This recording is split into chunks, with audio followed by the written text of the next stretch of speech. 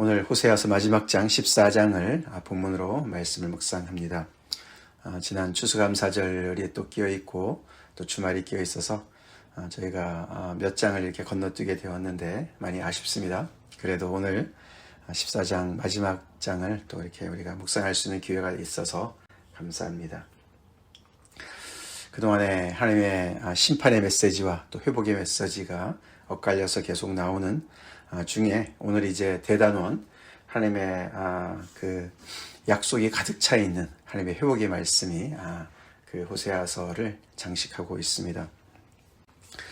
그러나 우리가 이 말씀이 우리에게 생명의 말씀으로 들리기 위해서는 특별히 그동안에 하나님께서 호세아를 통해서 하나님의 엄청난 심판의 경고의 메시지를 바로 들어야만 이것이 또 생명의 메시지로 들릴 줄로 믿습니다. 그렇죠. 우리가 하나님의 진노의 말씀을 심각하게 듣지 않는다면 오늘 14장과 같은 이런 엄청난 소망의 메시지, 약속으로 가득한 하나님의 회복의 메시지가 무슨 힘이 있겠습니까? 그렇죠. 무슨 우리한테 큰 그런 정말 은혜로 다가오겠습니까? 그동안의 호세아서의 말씀을 통해서 하나님의 엄미한 심판의 메시지를 우리가 정말 살떨리게 우리가 정말 하나님 앞에 두려움으로 들었다면 우리는 이런 소망의 메시지가 정말 우리한테 구원의 메시지로 들리겠죠. 특별히 어저께 13장 말씀 어제 여러분들 묵상하셨겠지만 그동안의 하나님의 심판의 경고의 메시지에 그 정말 그 어떤 그 절정을 이룬다고 볼 수가 있습니다. 그 말씀을 이렇게 잠깐 보겠습니다. 하나님께서 이 정말 너무나도 이미 이 우상 숭배, 바알을 숭배해서 하나님께서 여러 가지로 그 땅에 어려움을 주셨는데도 불구하고 그들은 거기서 돌이키지 않았습니다. 어제 13장 2절에 보시면은 이제도 그들은 더욱 범죄하여 이렇게 돼 있죠. 그래서 계속 이들이 그 망해가는 그런 망조가 계속 보이는데도 불구하고 돌이키지 아니하고 사실 여로보암 1세부터 시작된 그 우상 숭배의 그 전철을 계속 밟아오지 않았습니까? 그럼에도 불구하고 거의 200년 이상을 그렇게 하나님께서 인내하셨는데도 그들은 거기서 돌이키지 않고 더욱 범죄를 했습니다. 그래서 결국에는 3절에 이러므로 그렇기 때문에 하나님께서 그들을 사라지게 할 것이다. 그래서 아침 구름같이 이슬같이 광풍에 날리는 쭉정이같이 또 연기같이 그렇게 사라지게 할 것이다. 그렇게 심판의 경고를 하셨습니다. 그들이 하나님께서 구원하셔서 출애굽을 시키시고 광야에서 그렇게 은혜를 베푸시고 그래서 그들에게 계속 양식을 공급해 주셔서 그들이 살만하니까 마음이 교만해져서 하나님을 잊었다. 그렇게 그들의 그 정말 현실을 진단하시면서 그들이 애굽 땅에서부터 내가 그들의 하나님이 되었고 나 외에는 정말 다른 신을 섬기지 말라고 나밖에 구원자가 없다고 분명히 얘기를 했는데도 그들에게 교만해졌다. 그러면서 7절에 또 나오죠. 그러므로 내가 사자같이 표범같이 새끼 잃은 곰같이 암사자같이 그들을 찢을 것이다. 정말 엄청난 그런 사나운 들짐승이 정말 사람을 찢는 것처럼 그렇게 하나님께서 찢으실 것이다. 그렇게 또 심판의 경고를 하셨습니다. 그리고 이어서 이스라엘의 그 모든 왕정 제도를 끝을 내겠다. 내가 분노해서 너희한테 왕을 주고 그렇게 재판장을 다 줬지만 다 그들을 내가 패하겠다. 내가 진노함으로 그들을 패하겠다. 그래서 지금까지 그들이 많은 정말 그런 실패를 경험했음에도 불구하고 12절에 에브라임의 불의가 봉함되었고 그 죄가 저장되었다. 그들의 불의와 죄가 계속해서 쌓여서 지금 이렇게 계속 쌓아나가는, 그래서 그냥 어떻게 할 수가 없는, 그래서 이미 아직도 이렇게 많은 그런 정말 심판을 받았지만 최악은 아직 오지 않았다. 하나님께서 이렇게 경고하시는 것이죠. 그러면서 해산하는 여인의 그 고통으로 이렇게 연결을 시키시면서 그 이스라엘은 지혜 없는 자식같이 해산할 때가 되었는데도 엄마 뱃속에서 나올 줄 모르는 그런 정말 태아로 이제 비유를 합니다. 태아가 나오질 않는 거예요. 어떻게 되겠습니까? 그럼 태아도 죽고 그 어머니도 죽겠죠. 그런 상태로 이들에게 심판을 그렇게 말씀을 하셨습니다. 그러면서 맨 끝에 사마리아가 그들의 하나님을 배반하였으므로 형벌을 당하여 칼에 엎드러질 것이요 그 어린아이는 부서뜨려지며 아이 벤 여인은 배가 갈라지리라. 무시무시한 그런 경고의 메시지로 13장이 내용이 차에 있었습니다. 그 사이에 14절에 내가 그들을 수울의 권세에서 속량하며 사망에서 구속하리니 사망아 내 재앙이 어디 있느냐, 수울아 내 멸망이 어디 있느냐, 이렇게 번역을 했습니다만 사실 문맥상으로 보면 그것은 하나님께서 그렇게 은혜를 베푸시겠다는 것이 아니라 이 전체적인 심판의 메시지로 연결을 해서 이것은 어떻게 의문문으로 해석을 해야 맞다라고 얘기를 합니다. 내가 그들을 수울의 권세에서 속량하겠느냐, 사망에서 구속하겠느냐, 그렇게 번역을 해야 맞다는 거죠. 이게 이제 시기 때문에 그 번역을 그렇게, 왜냐하면 끝에 뉘우침이 내 눈앞에서 숨으리라 그랬으니까 하나님께서 뉘우침, 그들을 긍휼히 여기시는 것을 내 눈앞에서 숨겠다, 내가 그렇게 하지 않겠다, 그 말씀하시기 때문에 앞에 부분 수월과 사망의 권세를 불러서 그들을 심판하시는 메시지로 해석해야 된다는 것이죠. 이런 정말 너무너무 무시무시한 그런 심판의 메시지가 떨어졌습니다. 그 다음에 14장이 나오는 거예요. 그렇죠? 하나님의 진노의 메시지가 먼저 나오고, 왜냐하면 지금 현재 상태가 하나님 이렇게 해도 그렇죠? 무시하고 우상을 의지하고 계속 반역하는 그 백성들이기 때문에, 우리 지난 주일에도 봤지만 그렇죠? 하나님의 그 정말 마음을 돌이키시는 불붙듯 하는 긍휼이 먼저 이들이 정말 그 심판의 하나님의 심판의 그 고통을 먼저 통과하는 그런 시간차가 있는 것이죠. 결국 그래서 오늘 이 14장은 이 호세아의 이 간절한 하나님의 그런 마음이 담긴 메시지의 마지막 부분인 것이죠. 이렇게 아무리 얘기를 해도 듣지 않고 하나님의 경고의 메시지를 듣지 않는 그들, 결국은 그래서 그들은 하나님의 말씀대로 심판을 받고 망하고 끌려가고 정말 많은 사람들이 죽고 이렇게 오랜 세월이 지나는 그 고통의 세월을 겪은 다음에, 그렇죠? 겪은 다음에 결국에는 그 모든 말씀이 그들에게 이루어진 것을 통해서 정말 땅을 치고 후회하면서 완전히 그냥 그 바닥에서 하나님의 그 모든 말씀의 그 중함을 깨닫고 나중에 우리가 어떻게 살 길이 있나, 정말 가난해서, 그렇죠? 심령이 가난해서 애통하는 심정으로 그렇게 하나님을 찾을 때 구원의 메시지로 들리는 말씀인 줄 믿습니다. 그래서 이 14장의 말씀이 들리는 그 때가 있는 것이고 사람들이 있는 것이죠. 이스라엘아 내 하나님 여호와께로 돌아오라. 지금은 아무리 얘기를 해도 들리지 않는 이 말씀이 들릴 때가 온다는 것이죠. 우리는 이 말씀이 생명의 말씀으로 들립니까? 내 하나님 여호와께로 돌아오라. 내가 불의함으로 말미암아 엎드러졌느니라. 지금은 안 듣지만 너네가 이 말씀이 들릴 때가 올 것이다. 그래서 하나님께서는 이들에게 소망의 메시지를 미리 전달해 주시죠. 사실 1절부터 3절은 14장 앞부분에는 이것은 이제 호세아가 대신 호소하는 것이죠. 백성들을 향해서 호소합니다. 이스라엘아, 내 하나님께로 돌아오라. 하나님께로 돌아와야만 산다고 얘기를 하는 것이죠. 너네가 지금 엎드러졌는데 그것은 하나님께서 너희를 버리신 것이 아니라 불의함 때문에, 너희의 불의함 때문에 너가 넘어진 것이다. 그러니까 돌아오라, 회개하라는 뜻이죠. 돌아와라, 회개하라. 너는 말씀을 가지고 여호와께로 돌아와서 이렇게 고백해라, 자백해라. 그러면서 호세아가 그들의 입술에 말을 넣어주는 것이죠. 회개의 내용을 가르쳐 줍니다. 여호와께로 어떻게 돌아오라 했습니까? 말씀을 가지고 하나님의 약속의 말씀을 붙들고 하나님 앞에 나와서 이렇게 아뢰라, 기도해라. 2절 중간부터 나옵니다. 어떻게요? 내용이 모든 불의를 제거하시고 선한 바를 받으소서.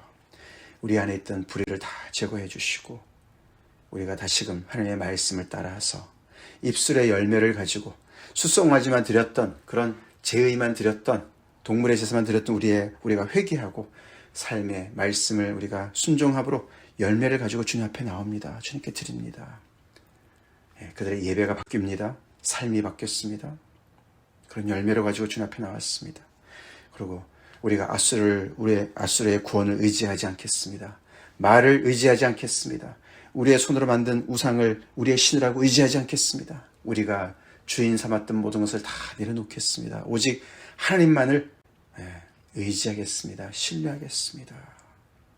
그리고 우리가 고아가 주로 말미암아 긍휼을 얻는 것처럼 우리가 고아처럼 아버지를 우리가 버렸으니까 우리가 이제 고아가 되어서 고아처럼 주님 앞에 하나님만을 의지하는 심령으로 나왔으니 우리를 긍휼히 여겨주세요. 라고 너네가 기도해라. 참된 회개의 기도죠. 그렇죠. 우리 또한 우리가 하나님으로부터 멀어져 있다면 이런 내용을 가지고 주님 앞에 나와야 될 줄로 믿습니다. 하나님의 말씀을 따라서 우리의 행실을 돌이키고 우리가 의지했던 모든 것들 다 내려놓고 전적으로 하나님만을 의지하는 고아와 같은 심령으로 애통하는 심령으로 상한 심령으로 하나님만을 의지합니다. 천부여 의지없어서 주님 앞에 나옵니다. 라고 고백하면서 나와야 될 줄로 믿습니다. 그것이 진정으로 여호와께로 돌아가는 삶이죠. 태도죠.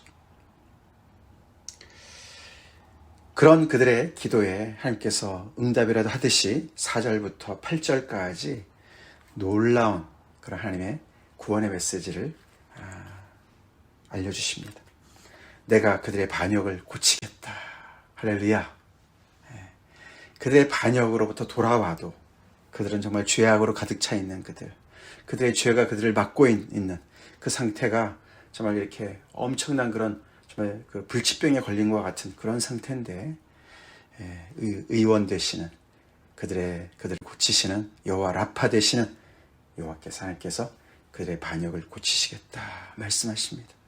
그리고 내가 기꺼이 그들을 사랑하겠다. 할렐루야. 하나님께서 이들이 돌아올 때 이렇게 완전히 그들을 고치시고 사랑을 회복하시는, 내가 더 이상 너희들을 사랑하지 않겠다라고 선언하셨던 하나님의 말씀을 돌이키시고 마음을 돌이키시고 하나님이 이 백성들을 향한 그런 태도를 바꾸시고 그들을 이렇게 고치고 사랑하시겠다. 왜냐하면 하나님의 진노가 그들에게서 떠났기 때문에 그들을 불쌍히 여기십니다.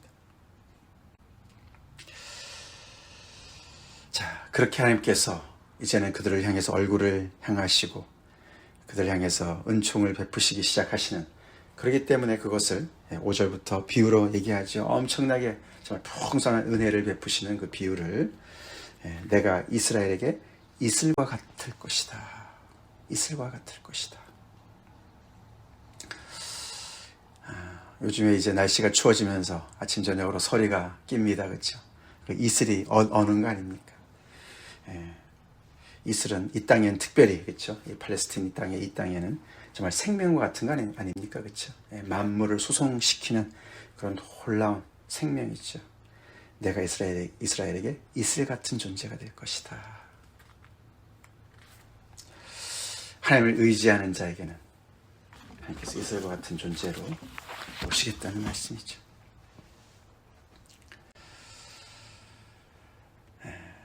사실 이 표현이 몇 군데 나오는데, 특별히 신명기 32장에 하나님께서 모세에게 노래를 가르쳐서 가르치게 하라라는 말씀 나오지 않습니까? 그때 그 모세의 그 노래의 시작이 이렇게 됩니다. 32장 1절이 하늘이여 귀를 기울이라, 내가 말하리라. 땅은 내 입의 말을 들을지어다. 내 교훈은 비처럼 내리고 내 말은 이슬처럼 맺히나니 연한 풀 위에 가는 비 같고 채소 위에 단비 같도다. 이 보면은 하나님의 말씀이 이슬과 같고 비와 같다라고 얘기합니다. 그래서 너는 말씀을 가지고 여호와께로 돌아와서 그 말씀과도 연결되어집니다.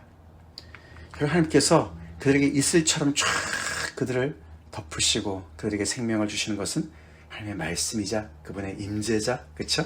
하나님의 온전한 뜻이죠. 그래서 그들에게 생명을 불어넣으시는 그런 존재로 다시 그들을 사랑하시고 품으시겠다. 이슬이 내리는데 그쵸? 촥 천지를 뒤덮는 그런 이슬로 내리는 것처럼. 그래서 그들이 어떻게 됩니까? 그들이 소성되는데 그들이 정말 엄청나게 정말 새로워지는 그 모습을 나무로 표현합니다. 그렇죠? 꽃으로 표현합니다.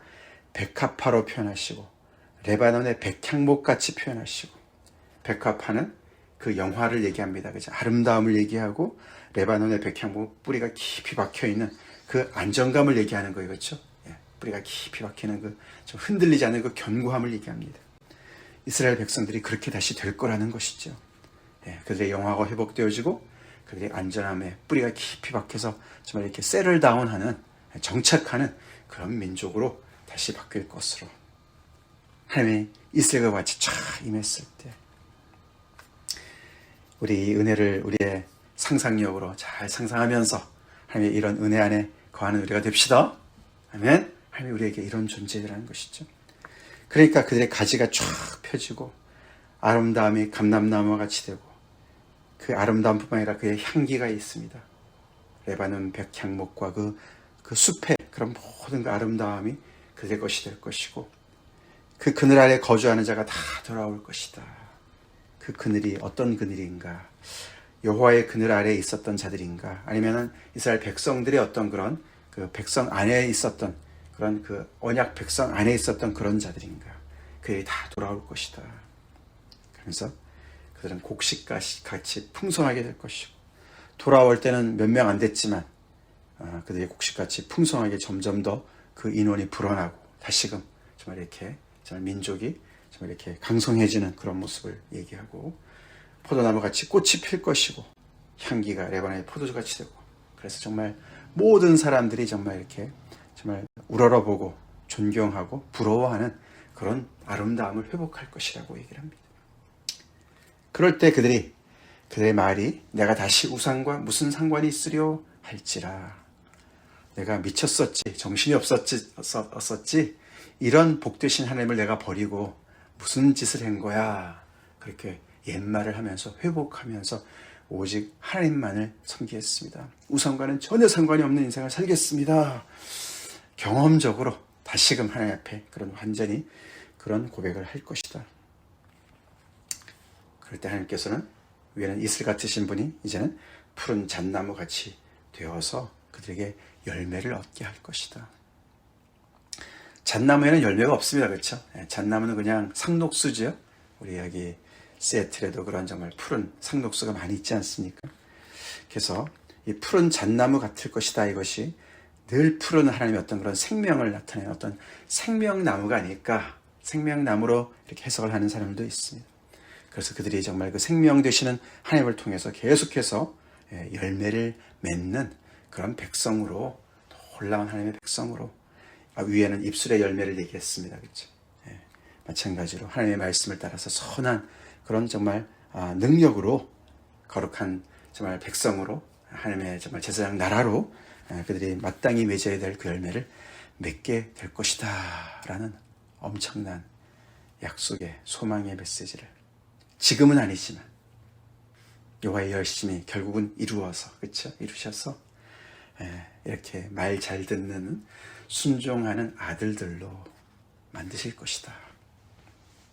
맏아들을 보내신, 독생자를 보내신 그 하나님의 그 놀라운 정말 그 열심을 우리가 볼 수가 있죠. 그렇게 끝납니다. 하나님의 약속으로 끝나요. 이들이 정말 망해서 끌려가서, 그렇죠? 아수르 땅으로 끌려가서 너무너무 정말 적막한 가운데, 아무런 소망이 없는 가운데 이 말씀이 얼마나 힘이 되었겠습니까?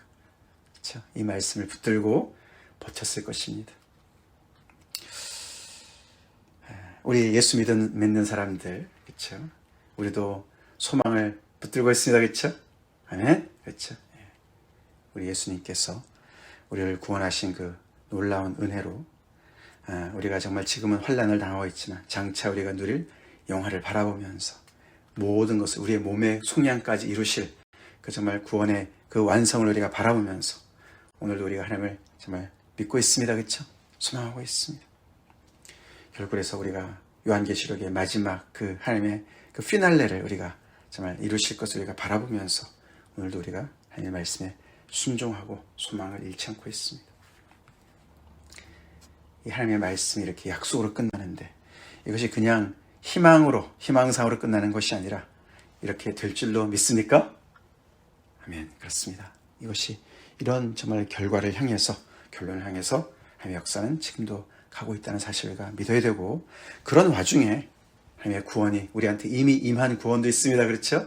우리에게 성령을 주시고 우리가 성령을 따라서 하나님의 백성으로서 우리 또한 이렇게 백합화 같이 피고 이슬과 같은 맨날 하나님께 주신 우리의 그 은혜를 먹고 살고 그 놀라운 생명력으로 우리가 매일매일 수송되는 줄로 믿습니다.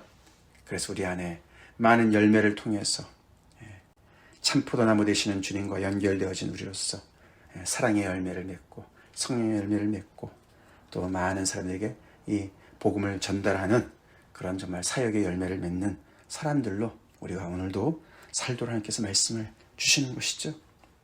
그러면서 맨 마지막 호세아서 맨 마지막에 그런 어떤 그 교훈적인 말씀으로 끝을 맺습니다. 이렇게 쫙 얘기를 했는데 과연 누가 지혜가 있어서 이런 일을 잘 듣고 깨달을 것이냐, 누가 총명이 있어서 이런 일을 알겠느냐. 이렇게 아무리 얘기를 한다 하더라도 마이동풍으로, 그렇죠? 교만한 자들은 듣지 않습니다. 어리석은 자들은 듣지 않습니다. 올바른 태도가 있어야 말씀이 생명의 말씀으로 들을 줄로 믿습니다. 그렇죠? 태도가 중요해요. 학생이 올바른 태도를 가지고 있어야죠. 학생의 가장 중요한 태도는 뭡니까? 배우려고 하는 자세죠. 배우려고 하는 자세. 그게 바로 제자의 모습이죠. 호세아가 그렇게 결론을 내립니다. 이 말씀을 잘 들으면서 이 말씀이 그 사람을 빚을 수 있도록, 그렇죠? 그렇게 온유함으로 겸손함으로 말씀을 들으라고 얘기를 하는 것이죠.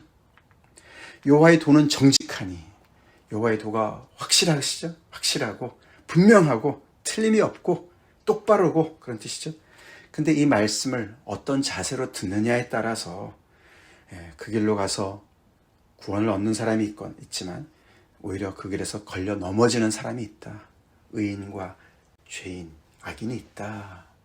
그래서 어떤 길을 선택할 것이냐, 그렇게 결정을, 선택을 정말 이렇게 종용하는 말씀으로 끝을 맺습니다.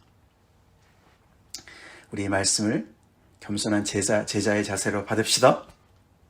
그래서 하나님의 심판의 메시지도 너무나 두려운 말씀을 우리가 받고, 하나님의 소망의 메시지도 우리가 정말 하나님의 은혜의 말씀으로 잘 받고, 그 말씀 한 구절 한 구절이 우리의 삶을 변화시키는, 우리를 빚는 그런 말씀으로 받읍시다.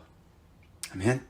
그래서 하나님께서 오늘도 우리에게 이슬과 같은 그런 은혜를 주시는 이 말씀을 아멘으로 잘 받아서 우리의 영육이 수송되어지고 하나님의 뜻 가운데 정말 맏아들 예수님을 잘 그 형상을 본받아서 우리 돌아온 아들로 삽시다.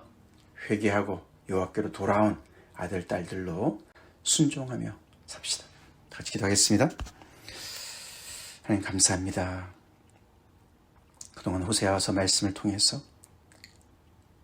하나님께서 이스라엘 백성들을 어떤 관계로 여기셨는지, 하나님이 우리와의 관계를 또 이렇게 또 더 깊이 알려주신 하나님께 감사드립니다. 하나님의 아내로서, 하나님의 아들로서 이스라엘이 그렇게 정말 엄청난 은총을 누리는 자들이었는데 그 관계를 충실히 감당하지 않고 아버지 하나님의 마음을 정말 아버지 너무나 아프게 하고 속을 썩이는 그런 모습을 많이 우리가 보았습니다. 주님, 우리가 이 말씀을 반면교사로 삼고 우리 하나님의 마음을 참 괴롭게 하는 저희가 되지 않게 하시고 우리 그 마음이 흡족하게 기쁘시게 아버지 해드리는 효도하는 저희가 되게 하여 주시옵소서. 믿음의 정절을 지키는 저희가 되게 하여 주시옵소서. 하나님의 이 너무나도 복 주시기를 원하시는 마음을 저희가 깊이 헤아리고 오늘도 여호와께로 돌아갑니다. 말씀을 가지고 주님 앞에 나아갑니다. 우리에게 이슬처럼 다가와 주시고 푸른 잣나무처럼 우리에게 생명이 되어주시고 의지가 되어주시고 우리에게 열매 맺는 복된 삶으로 우리를 사랑하시고 품어주시옵소서. 말씀대로 아버지 우리를 늘 인도하시는 주님 앞에 우리가 하나님의 영을 따라서 살아가는 순종하는 복된 삶으로 나아가게 도와주시고 아버지 장차 우리가 누릴 영광을 정말 아버지 바라보면서 지금 우리가 마땅히 감당해야 될 아버지 현실의 많은 고난과 또 아버지 환난을 잘 이겨나갈 수 있도록 힘주시옵소서. 감사합니다. 예수님 이름 받들어 기도 올려옵나이다. 아멘.